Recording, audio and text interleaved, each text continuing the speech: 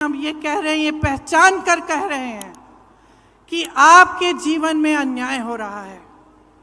चाहे वो गरीब हो, उसकी सुनवाई नहीं है, चाहे कमजोर हो, उसकी सुनवाई नहीं है, मजदूर की सुनवाई नहीं है, आज स्त्री की सुनवाई नहीं है, उसकी कहानी कोई नहीं सुनाता। आपको कहीं नहीं दिखेगा मीडिया में, टीवी में। और भाजपा के नेता आपसे ये बातें नहीं करेंगे। चाहे ड्राइवर हो, ऑटो का ड्राइवर हो, चाहे माली हो, चाहे बढ़ई हो, चाहे हस्तकला में कोई काम कर रहा हो, इनकी कहानियां आप सुनते नहीं हैं। इसीलिए हमने अपने जो न्याय पत्र में लिखा है वो इन्हीं की कहानियों के तहत, इन्हीं के अनुभव पर लिखा है। आपकी ही आवाज है इस घोषणा पत्र में, इस न्याय पत्र में। भाजपा के नेता मोदी जी एक खोखले संसार, एक खोखली दुनिया में रह रहे हैं।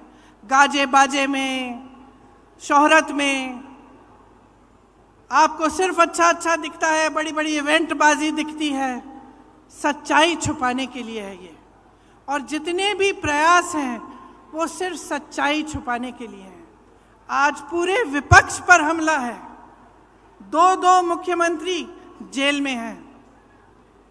कहते हैं भ्रष्टाचार पर वार है, लेकिन सब भ्रष्टाचारी अपनी पार्टी में इकट्ठा कर रहे हैं।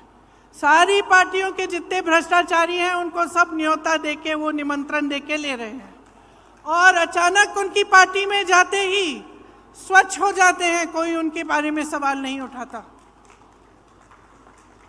तो ये बहाना है, ये पूरा बहाना है कि इनकी दुनिया सक्षम रहे, बड़े बड़े उद्योगपतियों की, इनकी, और वो भी गिने चुने उद्योगपति हैं, सारे उद्योगपति नहीं हैं। बहुत सारे ऐसे उद्योगपति हैं जो देश के लिए दिन रात काम करते हैं, जो रोजगार बनाते हैं। इनके जो गिने चुने मित्र हैं उनको सारी संपत्ति सौंपी जा रही है। ये उन दूसरे उद्योगपतियों के साथ भी अन्याय है। तो ये पूरी जो परिस्थितियां हैं देश की, इनको समझने की बहुत खास जरूरत है। आज जो आप वोट डालने जा रहे हैं, वो वोट इस देश के लोकतंत्र को बचाने के लिए जा रहा है। अब ये बात आपने बहुत सुनी होगी, और कभी कभी आप पूछते भी होंगे कि भाई कैसे हमारा लोकतंत्र असुरक्षित कैसे है। तो ये असुरक्षित इसलिए है क्योंकि जितनी भी ऐसी संस्थानें हैं और जो बड़ी बड़ी इंस्टीट्यूशंस हैं जो लोकतंत्र को बचाने के लिए हैं, उनको कमज़ोर किया गया है, उनका गलत तरह से इस्तेमाल हो रहा है। आज ये नौबत आ गई है कि जनता को ईवीएम पे भी भरोसा नहीं है। जनता ये भी नहीं जानती कि अगर वोट डालेंगे तो क्या हमारा वोट सही तरह से डलेगा कि नहीं।